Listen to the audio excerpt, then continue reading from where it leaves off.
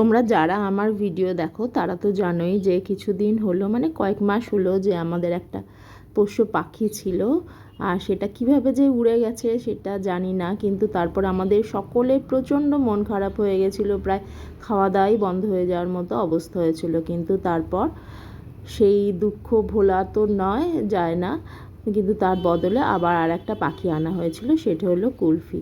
আর কুলফি হচ্ছে আমাদের এখন অনেক প্রিয়। সকালে ঘুম থেকে উঠে দেখি কুলফি অনেক চেঁচাচ্ছে। আর তখন আমার ছেলে তো স্কুলে চলে গেছে, কি করে খাওয়াবো, আমি খাওয়াতে পারি না সত্যি কথা বলতে। সিরিঞ্জে করে যা যা করে ওর আমার ছেলে করে আর আমার হাজব্যান্ড করে, তাই আমি ওকে একটু গাজর কেটে দিয়ে দিয়েছিলাম। তারপর চলে গেছিলাম একটু চা বানাতে। আর এখন আমার অভ্যেসেই দাঁড়িয়ে গেছে, হয় চিয়া সিড, না হলে গরম জল লেবু দিয়ে, না হলে একদম চিনি ছাড়া সব কিছু, দারচিনি, লবঙ্গ, তুলসী পাতা, এই সব দিয়ে চা খেতে আমার ভীষণ ভালো লাগে। একদম শান্তি করে এই সকালবেলাটা আমি চা খাই। হ্যাঁ, একটা সময় ছিল যখন দুধ চা ছাড়া আমার চলতো না, বিস্কুটের ডাব্বা ছাড়া চলতো না, তার ওপরেও হতে হবে মিষ্টি বিস্কুট। আর এখন কীরম যেন অভ্যেসে দাঁড়িয়ে গেছে, সত্যি মানুষ চাইলে কি না পারে। আর তারপরে চাটা খেয়ে আমি একটু রান্না করতে চলে এসেছিলাম। আর একদম আজকে বানিয়ে নিয়েছিলাম ভীষণ ভালো করে, সবজিটা বানিয়েছিলাম ঢ্যাঁড়স আলু টমেটো দিয়ে সবজি, কিন্তু আজকে খেতে খুব ভালো হয়েছিল। তোমরাও এরকম, মানে একদম তেল ছাড়াই বানিয়েছিলাম, একটু মাখন দিয়ে, তার মধ্যে দেখছো একদম ভাজা করে, জল দিইনি বলতে পারো, টমেটো দিয়ে একদম ভাজা ভাজা করে খালি শুকনো লঙ্কা দিয়েছিলাম, ভীষণ ভালো লেগেছিলো। আর আমার হাজব্যান্ড তো মধ্যেখানে একটু বলেই দিল, একটু ঢ্যাঁড়স আলুর ওই সবজিটাতে একটু মুড়ি দিয়ে দাও না, ওকে একটুখানি মুড়ি দিয়েই দিয়েছিলাম, খেয়ে বললো খুব ভালো হয়েছে মৌ। তারপরে একটু স্যালাডও কেটে নিয়েছিলাম। আর আজকে আমি ডিমের কারি করবো একটু স্পেশালভাবে। স্যালাডটা না আমি রোজই রাখি, কারণ আমার ছেলে মেয়েরা স্যালাড থাকলে পাশে যে কোনো খাবারই মোটামুটি খেয়ে নেয়। আর আজকে আমি ডিমটা করেছিলাম একটু অন্যরকমভাবে।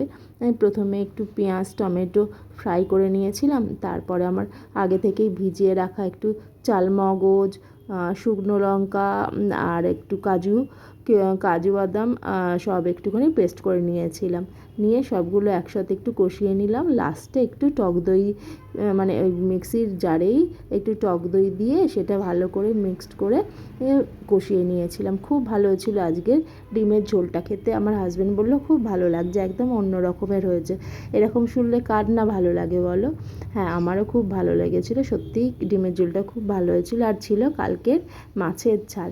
সব মিলে আজকের দিনটা কিন্তু ভালোই কেটেছিল। এই যে দেখতে পাচ্ছ আমি টক দইটা কিন্তু একদম লাস্টে দিয়েছিলাম।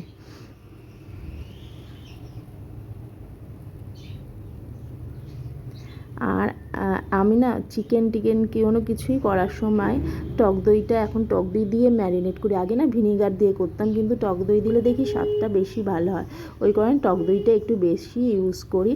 আর এমনি তো টক দই আমি খাই একটু গোলমরিচ দিয়ে, একটু বিট নুন দিয়ে টক দই খেতে আমার খুবই ভালো লাগে।